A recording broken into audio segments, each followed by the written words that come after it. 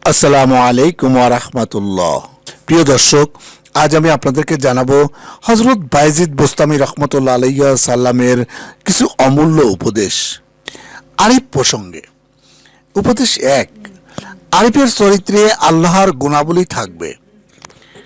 2, উপাসনা ধ্যানের তরবারি দিয়ে যিনি যাবতীয় কামনা বাসনাকে কেটে ফেলেছেন তিনি খাঁটি মূল্যবান। 3, আরিফের কাছে মারিফতের তুচ্ছ একটি বিন্দু জান্নাতের লক্ষ লক্ষ বালাখানা থেকেও আরিফ। 4, আরিফ যখন নীরব তখন তার ইচ্ছে হয় আল্লাহর সঙ্গে কথা বলতে, আর যখন তিনি মুদিত আঁখি তখন তার ইচ্ছে হয় তার সঙ্গে দেখা করতে। যখন দু হাঁটুর মাঝখানে মাথা রেখে তিনি চোখ বুজে থাকেন তখন তিনি ভাবতে থাকেন, এখন ইসরাফিল যদি সিংহায় ফুঁক দিতেন তাহলে মাথা তুলে মাবুদের সঙ্গে তার সাক্ষাৎ হয়ে যেত। 5, আল্লাহ যেমন একা সঙ্গীহীন একা থাকেন আর একা থাকতে ভালোবাসেন, তেমনি আরিফও মানুষের ভিড় পছন্দ করেন না, একা থাকতে ভালোবাসেন। 6, আরিফকে কেউ প্রভাবিত করতে পারে না, কিন্তু সবাই তার কাছে প্রভাবিত। 7, আরিফ নিজেকে নির্বোধ মনে করেন, কিন্তু নির্বোধেরা নিজেদের আরিফ বা বিজ্ঞ বলে মনে করেন। 8, আরিফ হলো উড়ন্ত পাখি, আর যারা আরিফ নয় তারা হলো চতুষ্পদ প্রাণী। 9, আরিফের অন্তর হলো স্বচ্ছ কাঁচে ঘেরা বাতির মতো, তার অতুজ্জ্বল আলোয় আলোকিত হয় আলমে আরওয়াহে। 10, আরিফ পানাহার করেন নিজের সঙ্গে, কেনাকাটা করেন নিজ থেকে, বিক্রি করেন নিজের নিকট, আবার নিজ থেকে তিনি দূর সুদূরেও থাকেন। নিদ্রায় কিংবা জাগরণে তিনি আল্লাহ ছাড়া আর কিছুই দেখেন না, আল্লাহ ছাড়া আর কারো সঙ্গে তিনি মিলিত হন না, আর নিজের মনের কথা আল্লাহ ছাড়া আর কারো কাছে প্রকাশও করেন না। 11, আরিফের জন্য যা অবশ্য পালনীয় তা হল বিষয় বিবাহ থেকে নিষ্পৃহ থাকা, জান্নাতের বাসনা না করা ও জাহান্নামের পরোয়া না করা। আল্লাহর আনুগত্য প্রসঙ্গে। 1, আল্লাহর আনুগত্য অক্ষুণ্ণ হলে মৃত্যুর পূর্বে মৃত্যুবরণ করো। 2, ক্ষুধার্ত থাকায় লাভ কি? এ প্রশ্নের উত্তরে তিনি বলেন, ক্ষুধার্ত থাকলে ফেরাউন আমি তোমাদের আল্লাহ এ কথা বলার সুযোগ পেত না। একজন বলল, আল্লাহর আনুগত্যের ব্যাপারে মনে হয় অলৌকিক ক্ষমতাও অন্তরায়। যেমন আপনি পানির উপর হাঁটতে পারেন, শূন্যে উঠতে পারেন, এক রাতে মক্কায় পৌঁছাতে পারেন, এগুলো কি মনের মধ্যে অহংকার সৃষ্টি করে না? তিনি বলেন, এ তোমার ভুল ধারণা। এক টুকরো কাঠও পানিতে ভাসতে পারে, ক্ষুদ্র বালুকণাও বাতাসে উড়তে পারে, জাদুকরও এক রাতের মধ্যে হিন্দুস্থান থেকে বেলুচিস্তানে যেতে পারে। অতএব অলৌকিক শক্তি এমন কি বস্তু যে তার দ্বারা অহমিকার সৃষ্টি হবে? 3, আল্লাহর অনুগত্য লোকের কর্তব্য কি? এ প্রশ্নের জবাবে তিনি বলেন, আল্লাহ ছাড়া অন্য কিছু মনে না করা। 4, আল্লাহকে পাওয়ার পথ কি? তার উত্তর দিলেন, অহম বা আমিত্ব বর্জন করা। 5, তিনি বলেন, দুটি জিনিস ধ্বংস ডেকে আনবে। 1 নম্বর, আল্লাহর সৃষ্টিকে সম্মান না করা। 2 নম্বর, আল্লাহর অবদানকে স্বীকার না করা। 6, আল্লাহ আপন ইচ্ছায় কি তার দাসদের জান্নাতবাসী করেন না? তার উত্তর দিলেন, হ্যাঁ তা করেন বই কি, তবে কথা হলো আল্লাহ যাকে উচ্চ স্তরে নিয়ে গেছেন তার আর জান্নাতের দরকার কি? 7, আল্লাহকে যারা পেয়েছেন তারা জান্নাতের শোভা বর্ধন করেন ঠিকই, কিন্তু জান্নাত তাদের জন্য এক আযাব ছাড়া অন্য কিছুই নয়। 8, আল্লাহ তার প্রিয়জনদের 3টি স্বভাব দান করেন। 1 নম্বর, সমুদ্রতুল্য বদান্যতা। 2 নম্বর, সূর্যসম উদারতা। ও 3 নম্বর, ভূতল তুল্য নম্রতা। 9, আল্লাহ যাকে যোগ্য ও উপযুক্ত মনে করেন তার পিছনে এক ফেরাউন লাগিয়ে দেন। 10 সৎ সংসর্গ সৎ কার্য থেকে উত্তম, আর কুসংসর্গ কুকার্য থেকে নিকৃষ্ট। 11 গৌরব ও মর্যাদার লোভে যে বিদ্যা লাভ করে তার থেকে দূরে থাকা, কেননা প্রতি মুহূর্তে আল্লাহর রহমত তাদের থেকে দূরে সরে যায়। 12 মুসলমান হয়ে মুসলমানের ক্ষতি করা কঠিন পাপ কাজে লিপ্ত হওয়ার চেয়েও মারাত্মক। 13 মানুষের মনোভাব এরূপ হতে হবে যে আমার মতো খারাপ আর কেউ নেই, আমার কোনো মূল্যই নেই। এ ধরনের মনোভাব ত্যাগ, তিতিক্ষা, জ্ঞানার্জন ও পুণ্য চর্চা থেকেও উত্তম। 14 জ্ঞান অর্জন করতে হবে জ্ঞানী ব্যক্তির কাছ থেকে। 15 মানুষ যদি নিজেকে চিনতে পারত তো কত যে ভালো হতো। নিজেকে নিজে চিনতে পারলে পূর্ণ মারেফাত অর্জিত হয়। 16 দুনিয়ার এমন কি মহিমা আছে যে মানুষ তাকে ভুলতে পারবে না। আল্লাহর প্রেমিক যারা, দুনিয়াকে ভুলে যাওয়া তাদের পক্ষে মোটেই কঠিন নয়। 17 যারা আল্লাহকে চেনে না, আগুন তাদের শাস্তি দেয়, কিন্তু যারা চেনে আগুনের পক্ষে তারা অসহ্য। 18 যে আল্লাহকে চিনেছে কারো কাছে তার কিছু চাইবার নেই, কিন্তু যে আল্লাহকে চেনে নেই সে অপরের মুখাপেক্ষী এবং মর্যাদাহীন। 19 পূর্ণ মাত্রায় প্রয়াস ও প্রযত্ন করে আল্লাহর রহমতের উপর ভরসা রাখতে হবে। 20 পার্থিব সম্পদের প্রতি আকৃষ্ট হতে নেই, দুঃখ দুর্দশায় হতাশ হতে নেই, কেননা আল্লাহর সামান্যতম নির্দেশে তা দূর হতে পারে। 21 রিপুর বাসনা যে ত্যাগ করেছে সে আল্লাহকে পেয়েছে, আর যে আল্লাহর নৈকট্য অর্জন করেছে সব কিছুই তার নাগালে এসে গেছে।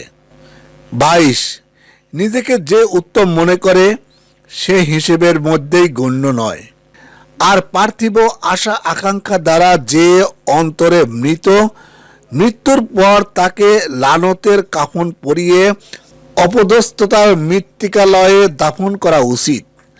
আর যে রিপুর কামনা বাসনাকে অবদমিত করেছে মৃত্যুর পর তাকে প্রশংসার কাফনে আবৃত করে শান্তির ভূমিতলে দাফন করা চাই। 23 যে শিষ্য চিৎকার করে হা হুতাশ করে সে একটি ক্ষুদ্র কূপ সদৃশ্য, আর যে মৌন অবলম্বন করে সে রত্নগর্ভ সমুদ্রের ন্যায়। 24 দুনিয়ার হরকত ও নীরবতা সবই আল্লাহর কাছ থেকে, একথা অন্তরে উপলব্ধি করার নামই হলো মারেফাত। 25 আগামীকালের কথা না ভেবে বর্তমান নিষ্ঠ হকেই বলে নির্ভরতা। 26 যে ধ্যান একাগ্র নয় তা খুব বেশি হলেও ধ্যান নয়। 27 পরোপকারী ও সমব্যথী ব্যক্তি পৃথিবীর যে কোনো মানুষের চেয়ে আল্লাহর অধিকতর নিকটবর্তী। 28 আল্লাহর সঙ্গে সহ অবস্থান করা ফরজ আর দুনিয়ার কাজ করা সুন্নত। 30 কেউ কিছু দান করলে প্রথমত আল্লাহর শুকর আদায় করো, পরে দাতার প্রতি কৃতজ্ঞতা প্রকাশ করো। 31 কোনো অসৎ ব্যক্তি তোমার কাছে এলে তুমি তার প্রতি অসদাচরণ না করে উত্তম আচরণ করো, তাতে তার স্বভাবের পরিবর্তন হবে। 32 জানো এ কার সৃষ্টি, তিনি যেখানেই থাকুন না কেন তাকে ভয় করে চলো, যেহেতু তিনি তোমার সব কিছুই জানেন।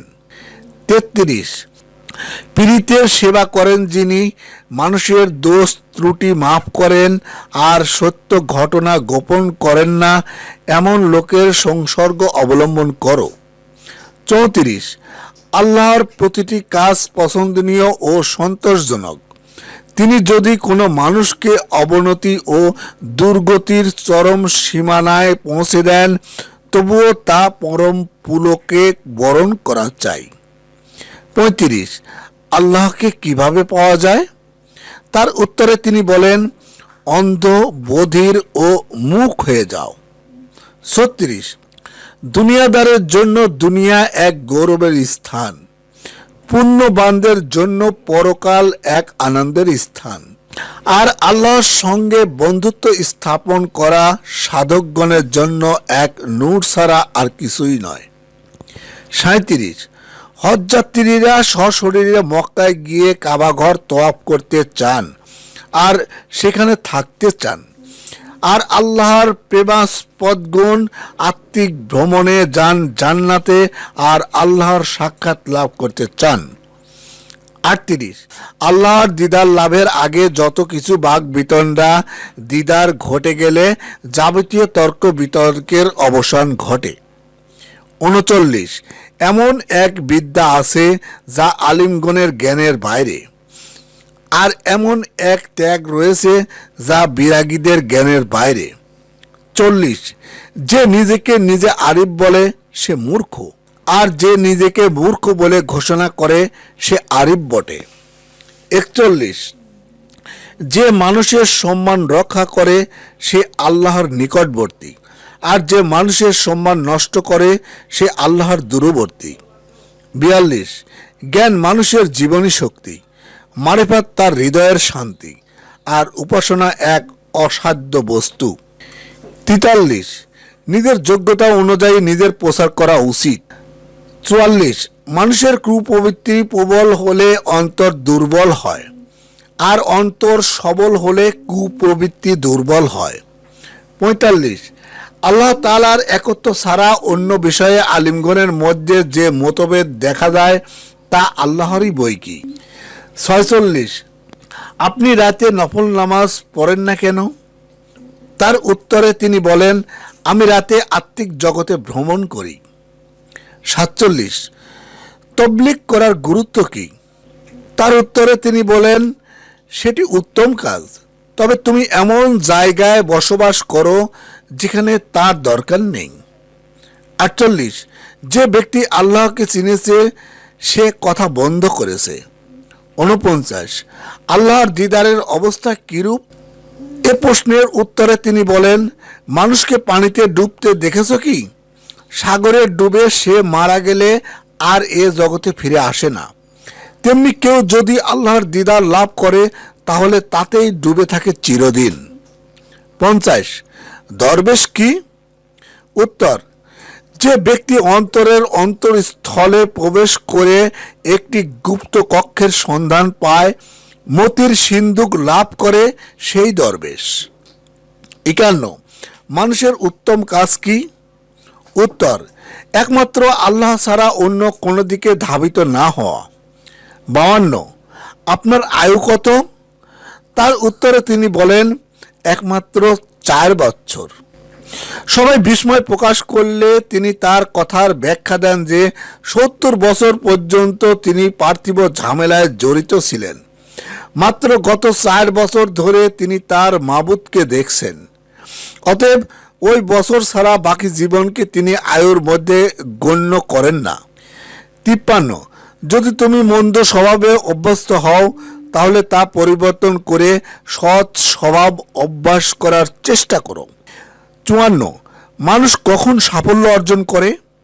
তার উত্তরে তিনি বলেন, যখন মানুষ সৃষ্টি জগৎ থেকে বিচ্ছিন্ন হয়ে নির্জনে নিজের দোষ ত্রুটি সম্পর্কে চিন্তা ভাবনা করে, এর দ্বারা আল্লাহর নৈকট্য লাভ করা যায়। 55, হযরত আহমদ খাজুরি রহমতুল্লাহ আলাইহি সাল্লামের আক্ষেপ, প্রাণ ধ্যান উপাসনা ইত্যাদি করেও উচ্চ মর্যাদার অধিকারী হওয়া গেল না। তিনি বলেন, আপনি তো মর্যাদার চরম শিখরে আরোহণ করার ইচ্ছা পোষণ করেন, অথচ তা হলো আল্লাহর নিজস্ব ব্যাপার, সেটি লাভ করা মানুষের পক্ষে সম্ভব নয়। 56, নামাজের খাঁটি ও আসল পরিচয় কি? উত্তর হলো, যার দ্বারা আল্লাহর দিদার লাভ হয়, তবে তা হওয়া খুবই কঠিন। 57, আরশের প্রকৃত অর্থ কি? উত্তর, আরশ তো আমি নিজেই। প্রশ্ন, কুরসি কি? উত্তর, কুরসিও আমি নিজেই। প্রশ্ন, কলম কি? উত্তর, কলমও আমি নিজেই।